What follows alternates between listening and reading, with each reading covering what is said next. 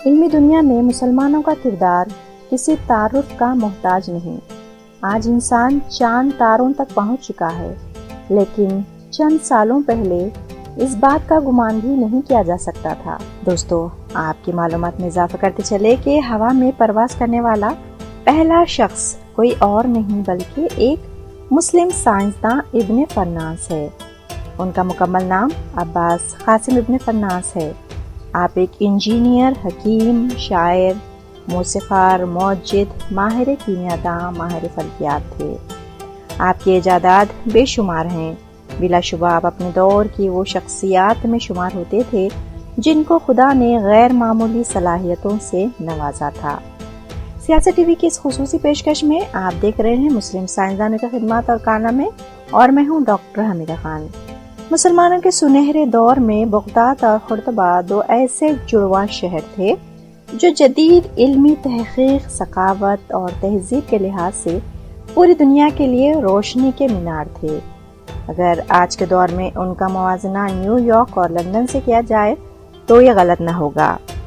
822 عیسوی میں جب خلیفہ عبد الرحمن ثانی نے تخت سنبھالا تو اس نے مشہور عراقی موسیقار اور فنکار زریاب کے ذمے یہ کام لگایا کہ وہ مختلف علوم و فنون کے ماہرین کو ایک جگہ اکٹھا کرے۔ زریاب بہت ہوشیار آدمی تھا۔ اس کی سرپرستی میں جہاں موسیقی، شاعری اور دیگر آرٹس کے مراکز قائم ہوئے، وہیں اس نے سائنس کی پیش رفت کی۔ اس نے میڈیسن، اسٹرونومی اور انجینئرنگ کے مراکز بھی قائم کیے۔ ٹیلنٹ کی قدر کرنے والے اس زرخیز ماحول میں بے شمار انجینئرز پیدا ہوئے۔ انہی میں ہماری آج کی کہانی کے ہیرو عباس ابن فرناس ہے۔ ابن فرناس 9ویں صدی عیسوی میں اسپین کے مشہور دانشور ماہر جو سائنسی علوم کے علاوہ دوسرے علوم پر بھی مہارت رکھتے تھے۔ ابن فرناس سائنس، انجینئرنگ، میڈیسن، اسٹرونومی اور علم نجوم، موسیقی، شاعری اور ہوا بازی میں کمال مہارت رکھتے تھے۔ ابن فرناس کی پیدائش 810 عیسوی میں اسپین کے شہر میں ہوئی۔ ان کے خاندان کا تعلق شمالی افریقہ کے بربر قبائل سے تھا جو طارق بن زیاد کے ساتھ اسپین آ گئے تھے۔ حصول علم کے لیے آپ کچھ عرصہ بغداد میں دارالحکمت میں رہے، جو کہ اس دور کے سائنسداں، اسکالر، فلاسفرز، ادیب، شاعر اور دیگر ہنرمندوں کا مرکز تھا۔ یہاں ابن فرناس نے سائنس اور آرٹس کے مختلف شعبوں میں ان کا نام کافی مقبول ہو چکا تھا۔ تاہم مزید ترقی اور بہترین مواقع کے لیے آپ اپنے وطن اسپین میں قرطبہ چلے گئے، جہاں زریاب کی سرپرستی میں ابن فرناس کو بہترین انداز سے کام اور تحقیق کا موقع ملا۔ بطور سائنسداں، فلسفی، طبیب، انویٹر، شاعر، موسیقار، ان کی شہرت ہر طرف پھیل گئی۔ ابن فرناس نے یورپ کو اسٹرونومیکل ٹیبلز سے متعارف کروایا۔ یورپ کے ماہرین یہ آلہ سورج، چاند، زمین اور دیگر ستاروں کی پیمائش کے لیے استعمال کرتے تھے۔ یہ ٹیبلز کئی صدیوں تک یورپ کے تعلیمی اداروں میں کورس کا حصہ رہے۔ ابن فرناس سائنسداں ہونے کے ساتھ ساتھ بڑے قابل انجینئر بھی تھے۔ انہوں نے سائنسی اصولوں کو استعمال کر کے بہت سی انوکھی مشینیں اور صنعتی اعتبار سے فائدہ مند پروسیس ایجاد کیے۔ ریت اور کرسٹل آپ کے بہت سے تجربات کا فوکس رہے۔ آپ نے ٹرانسپیرنٹ شیشہ بنانے کا طریقہ بھی ایجاد کیا۔ یہ آج بھی اندولس کے گلاس کے نام سے جانا جاتا ہے۔ کرسٹل پر تحقیق کی وجہ سے ابن فرناس نے ایسے شیشے تیار کیے جن کو مطالعے کے لیے بطور اینک استعمال کیا جاتا تھا۔ آپ نے یورپ کو کرسٹل تراشنے کا عمل بھی دیا۔ اس سے پہلے یہ ہنر صرف مصریوں کے پاس تھا اور اسپین سے یہ کام کے لیے چیزیں مصر بھجوائی جاتی تھی۔ میکینیکل انجینئرنگ کے اصولوں کا استعمال کرتے ہوئے ابن فرناس نے پانی سے چلنے والی ایک گھڑی ایجاد کی جو دن رات کے اوقات کے ٹھیک نشاندہی کرتی تھی۔ ابن فرناس کی ایک اور زبردست ایجاد ان کا بحری میٹیریل تھا۔ یہ ایک ایسی مشین تھی جس میں میکینیکل اسٹرونومی کی تحقیقات کو استعمال کر کے سورج، چاند اور ستاروں کی حرکت کو نقل کیا گیا تھا۔ اس کے ساتھ ساتھ آڈیو ویژول ایکٹس کی مدد سے بجلی کڑکنے، بادلوں کے گرجنے کے عمل کو بھی دکھایا جاتا تھا۔ گویا یہ اپنی نوعیت کا ایک 3D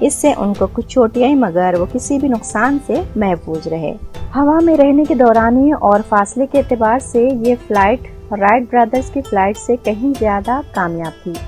ابن فرناس اس واقعے کے بعد 12 سال تک حیات رہے اور اپنی ڈیزائن کو بہتر بناتے رہے۔ ان کے اپنی تجزیے کے مطابق ان کے فلائنگ مشین میں پروں کی دم والے حصے میں کچھ کمی رہ گئی تھی، جس سے ان کی لینڈنگ ناہموار رہی۔ اگرچہ کہ ان کا ڈیزائن پہلے کی نسبت بہتر ہو چکا تھا، لیکن انہوں نے دوبارہ پرواز نہیں کی۔ شاید ان کی بڑھتی ہوئی عمر کی وجہ سے تھا، یا پھر ہوا میں اڑ کر جو وہ کارنامہ کرنا چاہتے تھے وہ اس کو پہلے ہی کامیابی سے حاصل کر چکے تھے۔ اب ان کی تحقیق اور کام نے مستقبل کے ہوا بازوں کے لیے راہ ہموار کر دی تھی۔ حالیہ دور میں امریکی یونیورسٹی کے پروفیسر رونالڈ نے اس ابن فرناس کی فلائنگ مشین کی تصدیق کی ہے۔ ابن فرناس کا انتقال 887 میں قرطبہ میں ہوا اور ان کی آخری آرام گاہ بھی قرطبہ میں ہی ہے۔ ابن فرناس کی خدمات کے اعزاز میں دنیا میں کئی جگہ ان کے نام سے منسوب بھی ہے۔ بغداد کے ایئرپورٹ کے باہر بھی ابن فرناس کا مجسمہ آج بھی نصب ہے۔ اس کے علاوہ اسپین میں دریا کے پل کا نام بھی ابن فرناس کے نام سے منسوب ہے۔ یہی نہیں، البیرونی کی طرح چاند کے ایک حصے کو بھی ابن فرناس کے نام سے منسوب کیا گیا ہے۔